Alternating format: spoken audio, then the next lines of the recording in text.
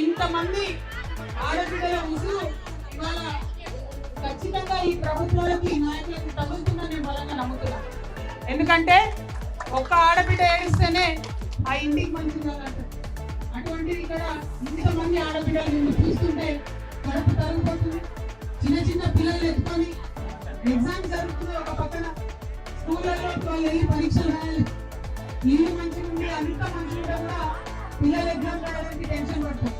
అట్లాంటిది రాత్రి బుల్డోజర్లు వచ్చి కొట్టి పడేసి పుస్తకాలతో సహా మొత్తానికి నేలమట్టం చేసిన వీళ్ళని అవి చూస్తుంటే చాలా బాధ అనిపించింది. కానీ అనేక మంది వచ్చిపోయింది ఏదో టూరిస్ట్ వచ్చిపోయినట్టు, ఎగ్జిబిషన్ చూడడానికి వచ్చిపోయాడు. ఎగ్జిబిషన్ అయ్యేమన్నా కాదు కదా, మన దుఃఖం కదా, మన ఆవేదన కదా, మన ఇల్లు కదా, మన మొత్తం జీవితం కదా. ఇది కొన్ని రాజకీయ పార్టీలకు ఎగ్జిబిషన్ లాగా ఉంది. నన్ను చాలా మంది అడిగారు, మీరు వెళ్ళండి, తొందరగా వెళ్ళండి అంటే నేను ఒకటే మాట చెప్తున్నాను, నేను ఎక్కడున్నా ఆడబిడ్డల పక్షానే ఉంటా, నేను ఎక్కడున్నా పేదవాళ్ళ పక్షానే ఉంటా, నేను ఎక్కడున్నా మీకోసం మాట్లాడుతూనే ఉంటా అని చెప్పాను. ఒక సమయం వస్తుంది, ఒక టైం వస్తుంది, ఖచ్చితంగా మీ దగ్గరకు వస్తాను. వచ్చిన తర్వాత సొల్యూషన్ లేకుండా, పరిష్కారం లేకుండా వెళ్ళను ఆ విషయం చెప్పడానికి వచ్చింది. ఇంతకు ముందు రాగానే వచ్చిన తర్వాత అదే చెప్పండి, నేనేదో వచ్చి మిమ్మల్ని చూసి వెళ్ళడానికి రాలే, కూర్చొని సాధారణంగా మీతో మాట్లాడి ఈ అంశాలన్నీ కూడా ప్రభుత్వంతో మాట్లాడి మెప్పించి ఒప్పించి ముందుకెళ్ళడానికి ఇక్కడికి రావడం జరిగింది. మరి మీ అందరూ కూడా ఒప్పుకుందా? మీ అందరూ కూడా గట్టి కూర్చుంటారా? ఎందుకంటే ఇవాళ ఇక్కడ నాతో పాటు విజేంద్ర మహారాజ్ గారు కూడా ఉన్నారు. మరి ఆయన కూడా మండిగడ్డ పట్టుబడితే వదిలినటువంటి మనిషి కాబట్టి మనకు తోడుగా ఇవాళ ఇంతమంది ఆడపిల్లలకు తోడుగా ఎస్సీ ఎస్టీ బీసీ జేఏసీ ధర్మ సమాజ్ పార్టీ, తెలంగాణ జాగృతి, ఇంకా అనేక ప్రజా సంఘాలు ఇక్కడ ఉన్నాయి. కాబట్టి అందరం కలిసి ఇవాళ ఒక పరిష్కారం తెచ్చుకునే ప్రయత్నం చేద్దాం. ఎందుకంటే మనని ఇక్కడికి తోలింది అంతే, వదిలేసింది. ఎంత విశాలం అంటే కనీసం మహిళలకు ప్రత్యేకంగా, పురుషులకు ప్రత్యేకంగా కూడా వసతి ఇవ్వలేదు. కనీసం ఇప్పటి వరకు డిఎన్ఎంహెచ్ఓ వచ్చి ఒక హెల్త్ క్యాంప్ కూడా పెట్టలేదు. ఎందుకోసం ఆలోచన ఉండాలి కదా.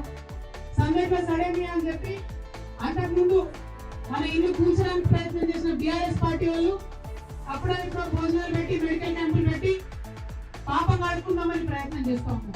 తప్పులేదు, మంచిదే, చేయాలి. కానీ జిల్లా కలెక్టర్ గారు ఏమైనారు, ప్రాథమికమైనటువంటి బాధ్యత ఆయన మీద ఉంది కదా. ఇంతమంది మనుషుల్ని ఒక కొట్టంలో తోలినట్టు తోలిండ్రు. చిన్న పిల్లలు ఉన్నారు, కనీసం వారి ఆరోగ్యం పట్ల మీకు ఏమాత్రం కూడా కన్సర్న్ లేదని అర్థమవుతా ఉంది. అన్యాయం ఇది, దారుణం ఇది. ఒక్క రోజు కూడా కలెక్టర్ గారు ఇక్కడ రాలేదని చెప్తా ఉన్నారు. నేను ఒకటే డిమాండ్ చేస్తా ఉన్నా, ఈ జిల్లా నుండి మీరు 3 మంత్రులు ఇచ్చి 3 మంత్రులు గెలిపించి పంపించింది. ఒక్క మంత్రి కూడా కనీసం ఇంతమంది ఆడబిడ్డలు ఉంటే ఇక్కడికి రావాలని తెలియదు. ఖచ్చితంగా మంత్రులు మాట్లాడాలి, ముఖ్యమంత్రి గారు మాట్లాడాలి, అందరికన్నా ముందు జిల్లా కలెక్టర్ గారు ఇక్కడికి రావాలి. ఇది ప్రధానమైన డిమాండ్. రెండవది, ఎక్కడైతే ఏ ప్లేస్ నుంచి, ఏ జాగాల నుంచి అయితే మనం నిలబట్టినో, ఎక్కడైతే మన ఇల్లు నిలబట్టం చేసిరో అక్కడే మనం ప్లేస్ ఇవ్వాలి, అక్కడే మనం ఇల్లు పట్టించి ఇంకెక్కడ ఇస్తాం, ఏదో దగ్గర డబుల్ బెడ్రూమ్ ఇస్తాం, ఇంకెటో వెళ్ళమంటే వెళ్తారా? పక్క కూర్చున్నా రెండు ఇస్తే భయపడతారా? తిరిగి వెళ్తాడు ఒకసారి పక్కనా నమ్మచ్చా? తప్పకుండా ఒకటే ఒక నినాదం, ఏం లేదు. మనకి ఎక్కడైతే మన ఇల్లు ఎక్కడైతే కూల్చివేశారో అక్కడే ఇల్లు కావాలని డిమాండ్ చేద్దాం.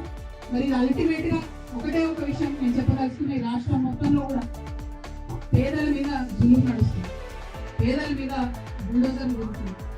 పెద్దవాళ్ళ బిల్డింగ్ ఏమో ఎక్కడున్నాయి అక్కడే ఉన్నాయి, కానీ పేదవాళ్ళ మీద మాత్రం అన్ని చోట్ల అన్యాయం జరుగుతాం. దాన్ని ఎదిరించడానికి ఖచ్చితంగా మేమందరం కూడా మీ అండగా నిలవడానికి ఇక్కడికి వచ్చాం. ఏ రాజ్యాంగం అయితే పట్టుకొని రాహుల్ గాంధీ గారు మాట్లాడుతూ ఉంటారో ఆ రాజ్యాంగంలో ఉన్నటువంటి అన్ని హక్కులను కూడా పూర్తి చేస్తే ఇవాళ మన ఇంట్లో దీనికి బుల్డోజర్లు వచ్చినాయి. ఖచ్చితంగా దానికి మనకు న్యాయం జరగాల్సిందే, దానికోసం ఐక్యంగా పోరాటం చేయవలసిందే.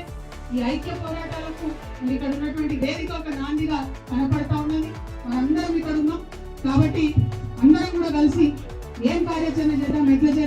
మీరందరూ ప్రపోజ్ చేయండి.